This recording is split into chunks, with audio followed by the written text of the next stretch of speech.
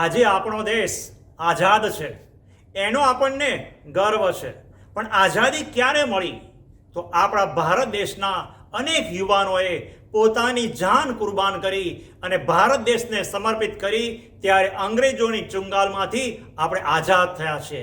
તો આપણી સૌ કોઈની ફરજ બની જાય છે કે 15મી ઓગસ્ટના દિવસે આપણે આપણા રાષ્ટ્રધ્વજને અવશ્ય વંદન કરવા જોઈએ, તિરંગાને વંદન કરવા જોઈએ.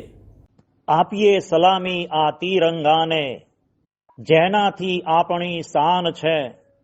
સિર હંમેશા ઊંચું રાખજો તેનું, જ્યાં સુધી દિલમાં જાન છે.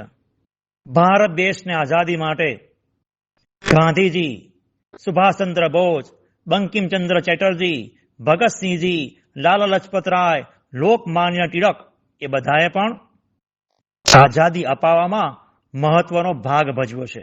અને એમણે જે સૂત્રો આપ્યા હતા એણે કરીને ભારત દેશના યુવાનોમાં એક જોમ ફેલાયું હતું. અને આ જે મહાપુરુષોએ કેવા કેવા સૂત્રો આપ્યા હતા એને જો આપણે અત્યારે યાદ કરીએ તો આજે પણ આપણામાં ખુમારી આવે છે.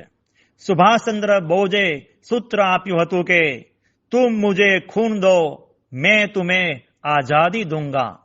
બંકિમચંદ્ર ચેટર્જી કહેતા વંદે માતરમ.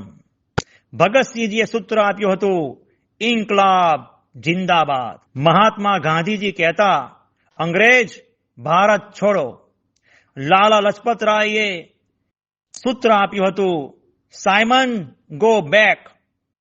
તો લોકમાન્ય ટિળક કહેતા સ્વરાજ મારો જન્મસિદ્ધ અધિકાર છે. એમ આ મહાપુરુષોએ આવા સૂત્રો આપી ઠેર ઠેર શહેરે શહેર ઘૂમી અનેક યુવાનોને હિંમત આપી હતી, જેને કારણે આજે ભારત દેશને આઝાદી પ્રાપ્ત થઈ છે.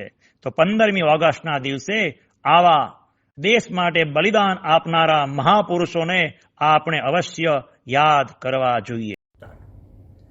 આજે આપણી સૌ કોઈની ફરજ બની જાય છે કે દેશ માટે બલિદાન આપનારને યાદ કરવા જોઈએ.